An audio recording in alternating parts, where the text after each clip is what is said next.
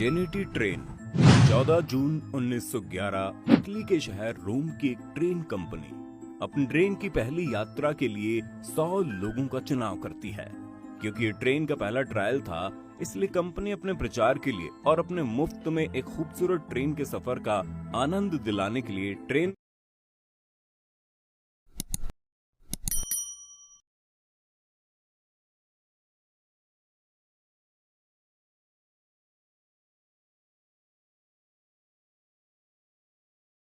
में उन सबके खाने पीने की चीजों का इंतजाम भी करती है। साथ ही उन सारे यात्रियों की वापसी का भी पूरा इंतजाम किया जाता है।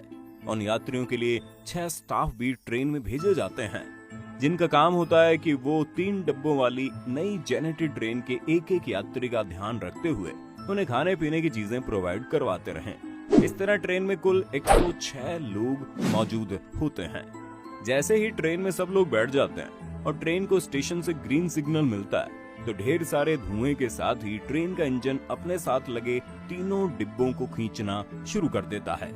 जल्दी ट्रेन अपनी रफ्तार पकड़ लेती है। इटली के खूबसूरत रास्तों से गुजरते हुए ट्रेन लोगों को सफर का एक खूबसूरत अनुभव कराते हुए चल रही थी। सारे यात्री खिड़कियों से झांकते हुए आसपास की खूबसूरती को देखते हुए ट्रेन की सुविधाओं का लाभ भी उठा रहे थे। सब कुछ निर्धारित तरीके से चल रहा था। ट्रेन सही समय से चल रही होती है। आसपास के इलाके के लोग भी इस ट्रेन को अपने इलाके से गुजरते हुए देखते हैं। लेकिन तभी उन 106 लोगों के साथ कुछ ऐसा होता है जिससे आज 110 साल बाद भी इटली के लोग हैरान हैं। ट्रेन अपनी रफ्तार से लास्ट स्टॉप के लिए आगे बढ़ ही रही होती है कि रास्ते में लोम्बार्डी टनल आती है। ये टनल करीब 1 किलोमीटर लंबी होती है और यहीं इस टनल के आने से पूरी कहानी की खूबसूरत तस्वीर में डर और हैरानी का काला रंग भर जाता है। वैसे आपको बता दें, यह टनल बहुत वक्त से इस्तेमाल में आ रही थी, इसीलिए इस टनल से होकर गुजरना ट्रेन के लिए कोई अलग बात नहीं थी। इसी कन्वेंशनल रास्ते पर ट्रेन पूरे शान से टनल में एंटर करती है। लेकिन दोस्तों, अब अपने कान खोलकर सुनना, ये ट्रेन टनल के एक सिरे पर एंटर तो होती है, लेकिन टनल के दूसरे सिरे से बाहर नहीं आती और यहीं पर पूरे इटली के होश उड़ जाते हैं। करीब 1 दिन का समय निकल गया और 106 यात्रियों को लिए हुए 3 डब्बे वाली एक जेनेटी ट्रेन अभी भी लापता है। कंपनी के लोग अपनी जानकारी के हिसाब से ये बता रहे होते हैं कि उनके पास ट्रेन की आखिरी लोकेशन लोम्बार्डी टनल ही है। इसके बाद उनके पास उस ट्रेन के बारे में कोई जानकारी नहीं है और यहीं पर मामला राष्ट्रीय अखबारों और देश की सरकार तक पहुंचना शुरू हो जाता है। लोगों को हैरानी सिर्फ इस बात की होती है कि महज 1 किलोमीटर लंबी सुरंग में इतनी बड़ी ट्रेन आखिर कहां गायब हो गई, जो वो सुरंग से बाहर निकल ही नहीं पाई। कंपनी के लोगों के तर्क सुनकर अखबार वाले हंस रहे हैं।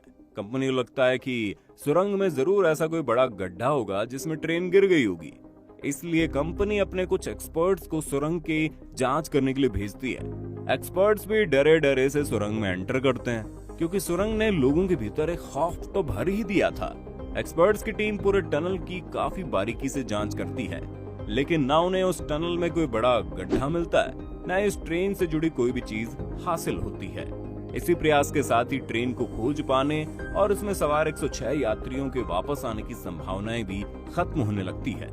देश की सरकार और कंपनी की बहुत बेइज्जती हो जाती है, लेकिन सरकार ये कंपनी को कुछ भी नहीं कर पाता है। अब ट्रेन लापता का पोस्टर बनवाने का समय आ चुका था। सोचिए, आप कहीं कोई ऐसा पोस्टर पढ़ें, आपको कैसा लगेगा? खैर, आगे बढ़ते हैं। अब इस ट्रेन की कहानी से नई और रोचक कहानियां निकलनी शुरू होने लगती हैं। ट्रेन के लापता होने के कुछ ही दिनों बाद मैक्सिको के रहने वाले 2 युवक इस बात का दावा करते हैं कि वो दोनों जेनेटी ट्रेन की उस यात्रा का हिस्सा थे। अपनी बात के पक्ष में वो ये बताते हैं कि वो दोनों ट्रेन के सुरंग में दाखिल होने से पहले ही ट्रेन से कूद गए थे और जब उनसे पूछा गया आप लोग क्यों कूदे थे, तो उन्होंने जो बताया वो काफी हैरान करने वाला था। उनका दावा था कि ट्रेन के टनल में एंटर करने से पहले ही ट्रेन में घना काला सफेद धुआं भरने लगा था और साथ ही अजीब सी आवाजें भी सुनाई देने लगी थी, जिससे कि पूरी ट्रेन में दहशत फैल गई। चूंकि ड्राइवर ने टनल में घुसने से पहले ट्रेन की रफ्तार धीमी कर दी थी, इसलिए वो दोनों उस ट्रेन से कूद गए। लेकिन कूदने के दौरान उन्हें काफी चोटें भी आई और वे वहीं बेहोश पड़े रहे, जिस वजह से उन्हें इस बारे में कुछ भी पता नहीं चला कि ट्रेन के साथ आखिर हुआ क्या था। उन लोगों ने लगातार बातचीत और जांच पड़ताल के दौरान कुछ ऐसा हासिल नहीं किया जिससे कि उनकी बातों को सच माना जा सके। क्योंकि उन दोनों की ही मानसिक स्थिति ठीक नहीं थी। लेकिन इसके कुछ ही दिनों बाद एक और ऐसा दावा सामने आया जिसने लोगों को फिर से सोचने पर मजबूर कर दिया। ये दावा था मैक्सिको के एक डॉक्टर का, जिसने बताया इस हादसे के अगले दिन उनके यहाँ पर कुल 104 लोग इलाज करवाने आए थे, जिनमें सारे के सारे मानसिक रूप से बीमार थे। डॉक्टर ने बताया उसने ये जानने की काफी कोशिश की उनके साथ हुआ क्या है, लेकिन ऐसा करने में वो नाकामयाब रही, क्योंकि उन सब की हरकतें इतनी अजीब थी कि उन्हें कुछ समझ ही नहीं आया। इस दावे पर इटली भरोसा नहीं कर पा रहा था, लेकिन जैसा कि डॉक्टर ने कहा था कि कुल 104 लोग थे, जिनमें से अगर पहले दावा करने वाले दोनों लोगों को जोड़ दिया जाए तो ये संख्या कुल यात्रियों की संख्या यानी 106 के बराबर हो रही थी। लेकिन अंत में इस दावे से कुछ भी हासिल नहीं हुआ। समय के साथ लोग इस ट्रेन हादसे को भूलने लगे थे और सारी जांच एजेंसियों ने भी खुद को समेटना शुरू कर दिया, और इसी के साथ ही हादसा एक गहरा राज बनकर ही रह गया।